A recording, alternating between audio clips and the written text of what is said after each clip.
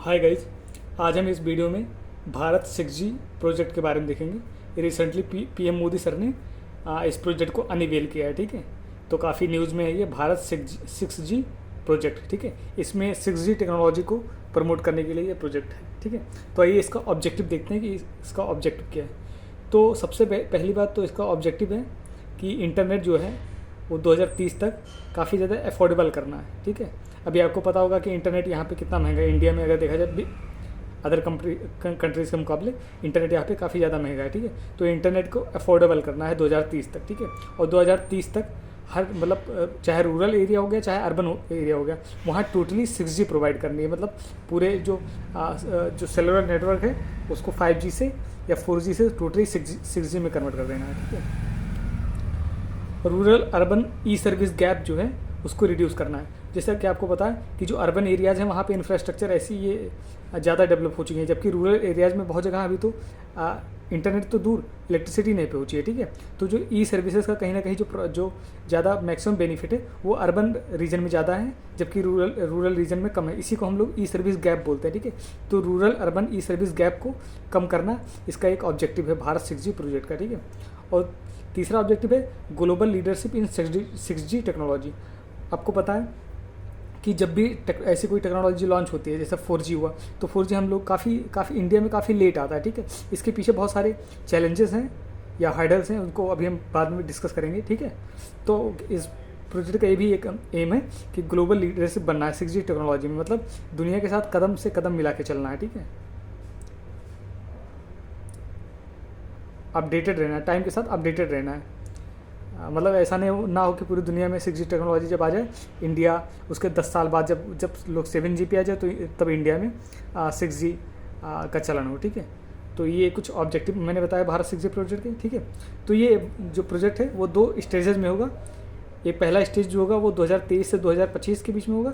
दूसरा स्टेज जो होगा वो 2025 से 2030 के बीच में होगा। ठीक है, जो पहले स्टेज होगा जो 2023 से 2025 के बीच में होगा, इसमें हम लोग हम लोग का जो मेन एम होगा कि हम लोग रिसर्च एंड डेवलपमेंट में 6G टेक्नोलॉजी को कितना अच्छा कर सकते हैं, उसके क्या पोटेंशियल है उसका। ठीक है, उस पर रिसर्च एंड डेवलपमेंट करना, उसको इन चीज़ों को फंडिंग करना, फाइनेंस करना। ठीक है, टेक्नोलॉजी को समझना और टेक्नोलॉजी में फर्दर डेवलपमेंट करना, उसकी कॉम्प्लेक्सिटीज़ को समझना, उसको डेवलप करना। ठीक है, ये भी एक उसका एम है।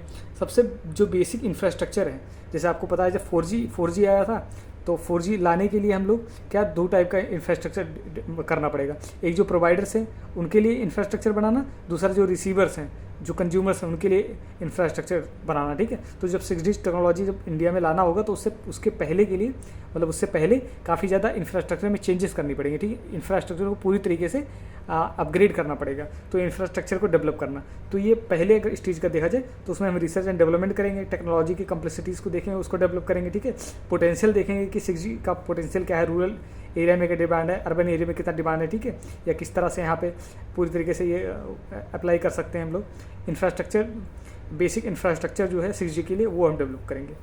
फिर सेकंड फेज स्टार्ट होगा 2025 से 2030 के बीच में सेकंड फेज चलेगा। इसमें हम लोग क्या करेंगे, कॉमर्शलाइजेशन करेंगे। ठीक है, मतलब ये जो 6G टेक्नोलॉजी है उसको कॉमर्शलाइज करेंगे, इसको लोगों तक, कंज्यूमर तक इसको 6G टेक्नोलॉजी को पहुंचाने का जो स्कीम है वो सेकंड स्टेज में चलेगा। ठीक है, फाइनेंस सपोर्ट करेंगे अगर कोई स्टार्टअप कर रहा है, इंडस्ट्रीज़, ऐसी इंडस्ट्रीज जो 6G टेक्नोलॉजी को प्रमोट कर रही हैं, सिम्स वगैरह डिज़ाइन कर रही हैं। ठीक है, फ़ोन्स, स्मार्टफोन वगैरह बना रही हैं या उनसे रिलेटेड जो भी टेक्नोलॉजी है ऐसे डेवलपमेंट कर रही हैं, तो उन इंडस्ट्रीज़ को सपोर्ट करेंगे। लेबोरेटरीज़ बहुत ज़्यादा ओपन करेंगे। ठीक है, तो ये सेकंड स्टेज में होगा और 2030 तक हमको पूरी तरीके से इंडिया को 6G टेक्नोलॉजी अपग्रेडेड करना है। ठीक है, मतलब पूरी तरीके से 6G टेक्नोलॉजी को प्रमोट कर देना है।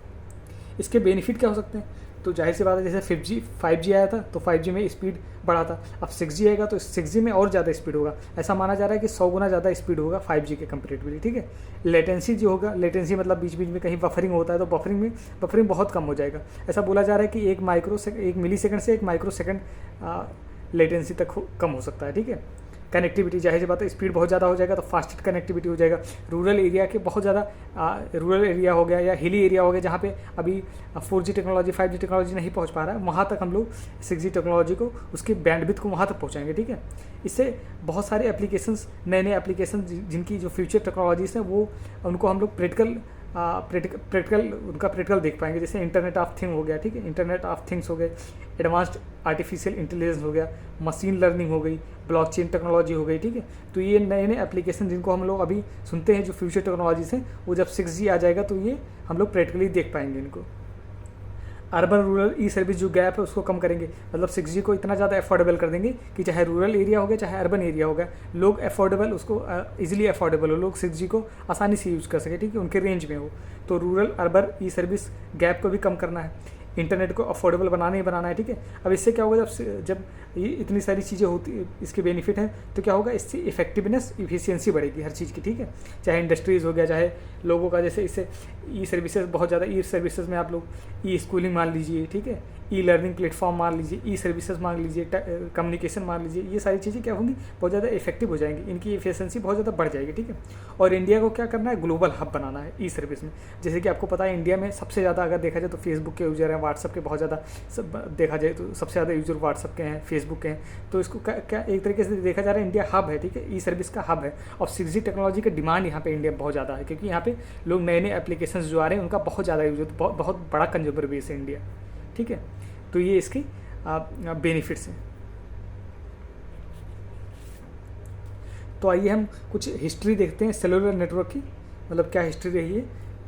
तो सबसे पहला जो जनरेशन था जिसको 1G बोलते हैं, उसमें हम लोग वॉइस कॉल कर सकते थे, उसका स्पीड काफ़ी स्लो होता था, ठीक है, और लेटेंसी बहुत ज़्यादा होती थी, नॉइज़ बहुत ज़्यादा होता था, लेटेंसी बहुत ज़्यादा होती थी।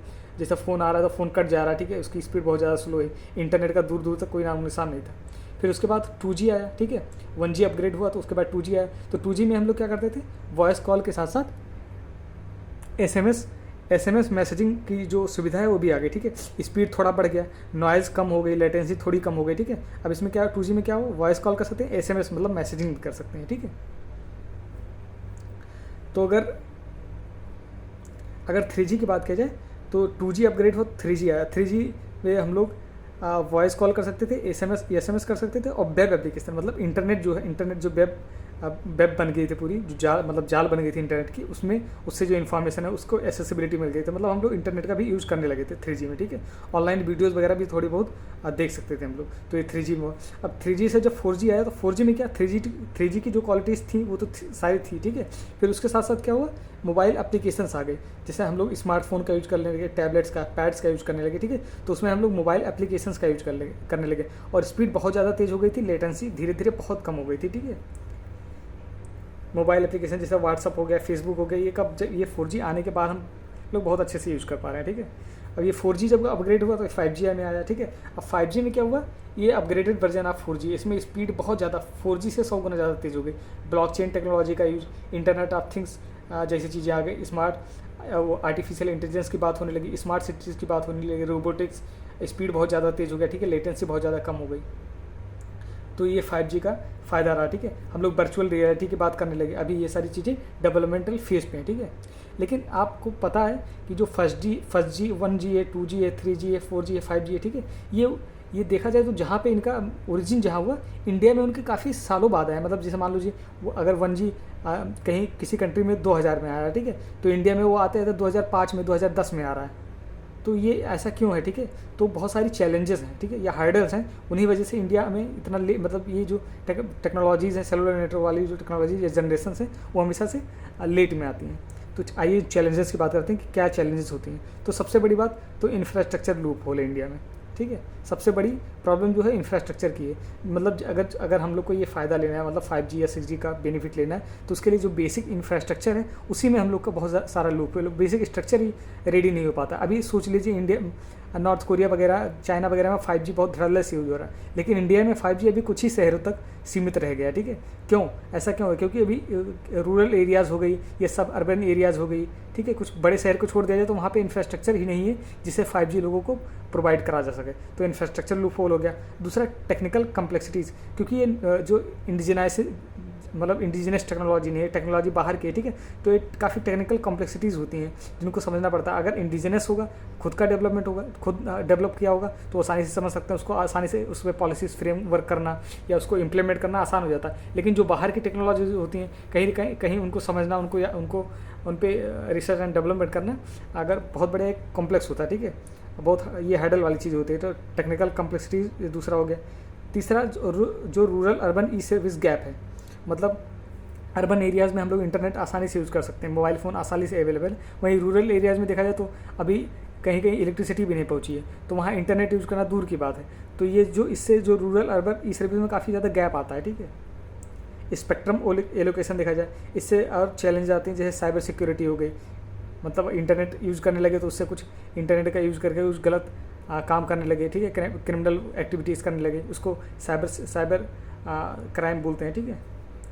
तो ये कुछ चैलेंजेस हैं, हार्डर्स हैं। इन्हीं वजह से इंडिया में क्या होता है कि हमेशा जो जनरेशन होते हैं वो लेट में, जब पूरी दुनिया यूज़ कर रही होती है, जब यूज़ करके जब नेक्स्ट फेज़ में चली जाती है तो हम लोग उसको यूज़ करने पे आते हैं। तो ये 6G के बारे में देखते हैं। तो 6G बोला जाता है जो उसका स्पीड होगा 1 टेराबाइट पर सेकेंड होगा, या 8000 गीगाबाइट पर सेकेंड होगा। उसकी जो स्पीड होगी ये 100 गुना ज़्यादा तेज़ है 5G से, ठीक है। इसको 100 टाइम्स फास्टर दैन 5G माना जा रहा है। इसका जो स्पेक्ट्रम होगा बहुत ज़्यादा वाइडर होगा, मतलब मल्टीपल चैनल हम लोग एक साथ प्रोपागेट कर सकते हैं, ठीक है। लेटेंसी जो होगी वो 1 मिली सेकंड से माइक्रो सेकंड, मतलब लेटेंसी जो बफरिंग होती है वो बहुत ज़्यादा स्लो हो जाएगी। आप पता नहीं कितने GBs की जो मूवीज़ वगैरह हैं बहुत तेज़ी से डाउनलोड कर सकते हैं, ठीक है। बफरिंग बहुत कम होगी। और AI टेक्नोलॉजी, आर्टिफिशियल इंटेलिजेंस जो अभी बहुत डेवलपमेंटल फेज, इनिशियल फेज में, इसको एक नया बूस्ट मिलेगा, ठीक है। एडवांस AI टेक्नोलॉजी की बात होगी, वर्चुअल रियलिटी की बात होगी, ठीक है। जैसे मेटावर्स हो गया, जो अभी फेसबुक ने लॉन्च किया, मेटावर्स हो गया, या ऐसा कोई यूनिवर्स हम लोग बनाएंगे जो वर्चुअल होगा, जो रियल में नहीं होगा, लेकिन आप सूट्स के वगैरह या एप्लीकेशन का यूज़ करके आप लोग वर्चुअल रियलिटी का एंजॉय कर सकते हैं, ठीक है। तो वर्चुअल रियलिटी हो गया, advance artificial intelligence technology, robotics वगैरह, ठीक है। तो पूरे जो ई सर्विसेज हैं उनको पूरे तरीके से रिवोल्यूशनाइज कर देगा, ठीक है, ये 6G टेक्नोलॉजी।